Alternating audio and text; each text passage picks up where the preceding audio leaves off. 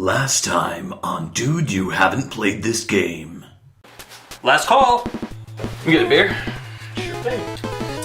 What's up, girl? You do cocaine? Why would I say that? That's messed up. This drink is really strong. I know.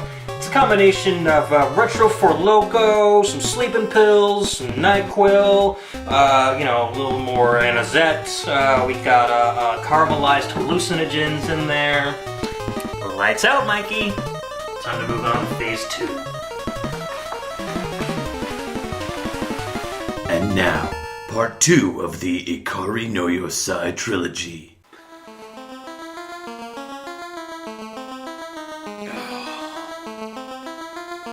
Oh, man, my head.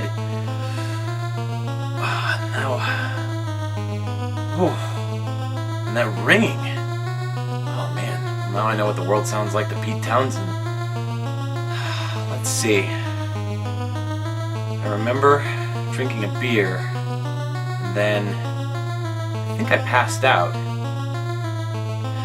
Wait, why does everything feel lighter and fluffier? Oh man. Wait, did somebody give me a shave and a haircut? 2 bits!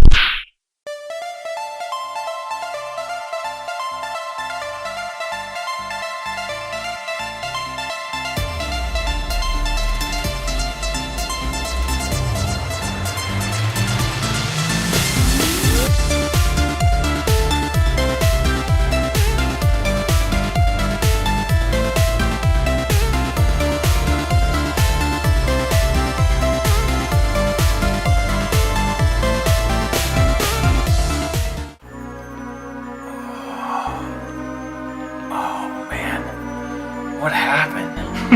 I think it's pretty clear. Someone set you up the bomb. Ooh, Zero-Wing references. They're a surefire YouTube hit. I'll have 1 million views in no time. Who are you? Oh, why am I tied up? Can you please untie me? No.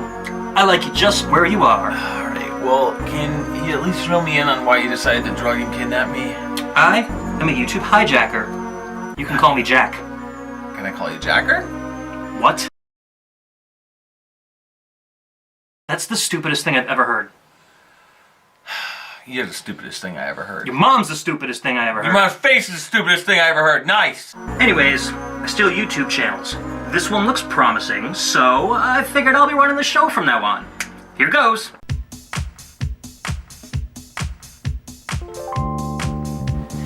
Episode 25 of Bro, I Think You Know That you played this game! Wait, what? Wait, that doesn't sound right. Today's game is White Men Can't Jump for the Atari Jaguar. Man, I love this game. I usually watch the movie before I play it. That Rosie Perez is one hell of an actress. The movie stars Tallahassee from Zombieland and Blade from Blade. And, they play basketball. It really has nothing to do with the game. It's kind of dumb. But the game is absolutely phenomenal. It really gives me a boner every single time I play it. I usually play against my mom. My mom can't jump either because she's white. Alright, today's game is most definitely not White Men Can't Jump. Following Fortified Zone, Jaleco decided to make another installment in the Ikari No Yousai series. Hence, Ikari No Yousai 2 was born. However, it never left Japanese shores, so this is going to be an import. Let's take a look.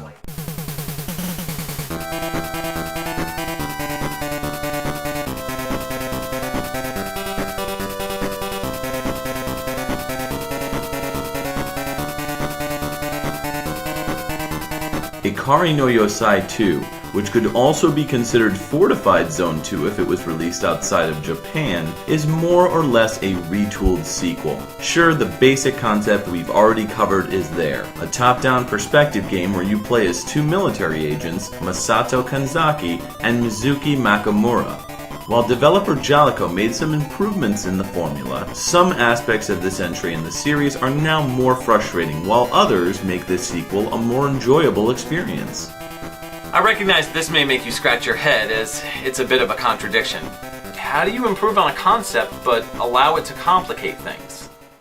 So it's a real shame you can't play as Kadeem Hardison's character in White Men Can't Jump, but It's... improve on a concept, but allow it to complicate things. Hey, what are you doing? Oh, just listening to your review. You're doing great, man. Sub for sub. Knock it off. I can see what you're doing. You're stealing my audience. Isn't that what you did to me first, though? I don't think you want to test someone that's got a loaded hammer pointing at you. Hey, look over there. It's Woody Harrelson. Trying to get him to cameo in your review, huh? Oh, where? Phew. Maybe that'll buy us some time. The story hasn't changed in Ikari No Yousai 2. Masato and Mizuki play the exact same roles as they did in Fortified Zone, but man, they look way different than the previous game. Again, we have inconsistent art styles. The cover art of the game cartridge doesn't match the in-game designs. How hard is that to maintain one style? The close-ups of Masato and Mizuki makes them look like they have problems. What's up with these little snapshots of them? There's just no consistency here. Graphically, things have really changed for the sequel. This time around, environments are larger and more maneuverable. Thanks to the sprites of our hero shrinking, we have an experience which feels less confined. You'll have no trouble navigating throughout these rooms, though the only gripe I had was with corners and entryways. Sometimes you just have a habit of getting stuck, which can leave you vulnerable if you're trying to run away from an enemy. Though there are still moments when enemies pop up right when you enter a room, most enemies will give you a fair shot at taking them down thanks to improved weapon tactics. Combat has been massively improved. Each character has unlimited ammo and starts off with all three weapons at their disposal: machine gun, three-way shot, and grenade launcher.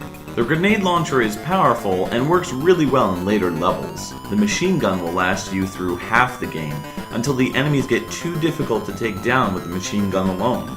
Three-way shot works well on cornered enemies, though I found that using the machine gun was faster and more reliable. Man, that grenade launcher can be a pain though. Sometimes it just completely arcs over the bad guys. Despite more manageable combat, there are still moments that really test your patience. In level 4, trying to bypass these enemies is impossible without taking damage. Because of the small area, this corridor makes running away difficult, especially with Masato. Mizuki has better luck with going faster, just like in Fortified Zone, but her life bar is still small, so you can't afford to take a lot of hits with her. Your best bet is just to take the damage with Masato and move on, but it just seems like there should be a way to get around these guys. Speaking of health, the sequel took away the survival horror aspect of collecting power-ups and health. In this game, if I collect a health pack when I already have full health, it just wastes it, unlike Fortified Zone, where you can keep a stash of health packs.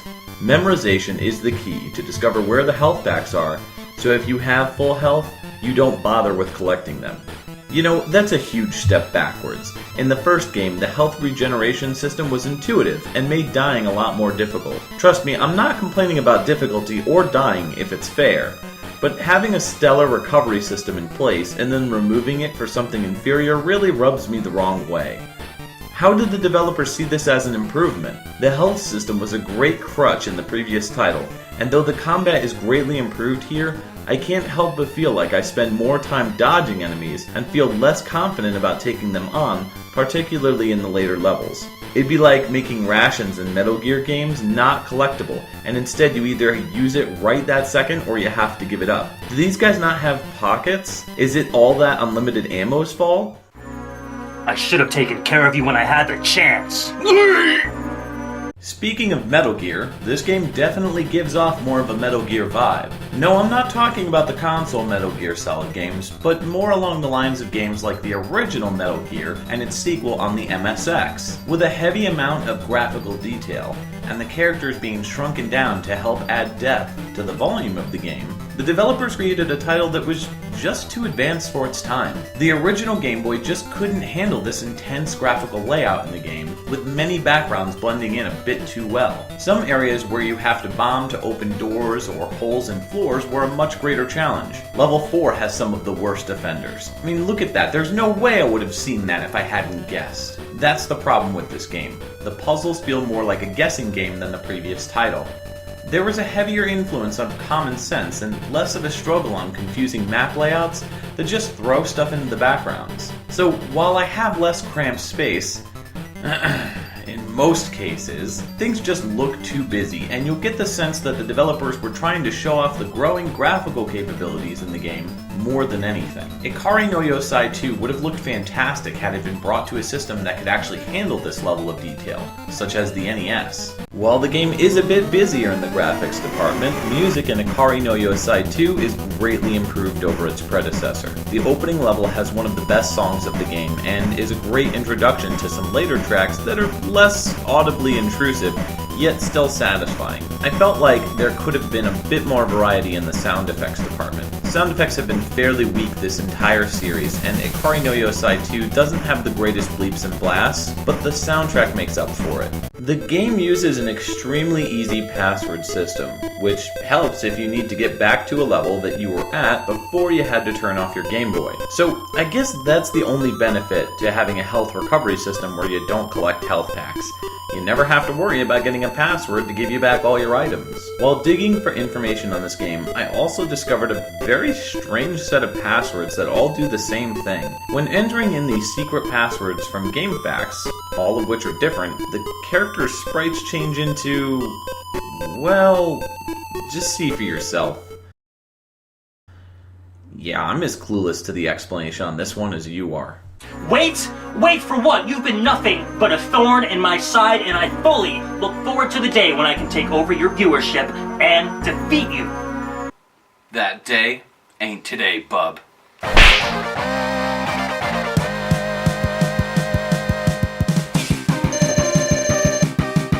Time to shut down your plans once and for all. Hey, where did he go? I'm baffled as to why it didn't come over to American and European shores over from Japan, as most of the changes that were made were overall positive when compared with the rest of the series. So how does the third game stack up? Well, that's gonna have to wait. I've got a fake YouTuber to defeat.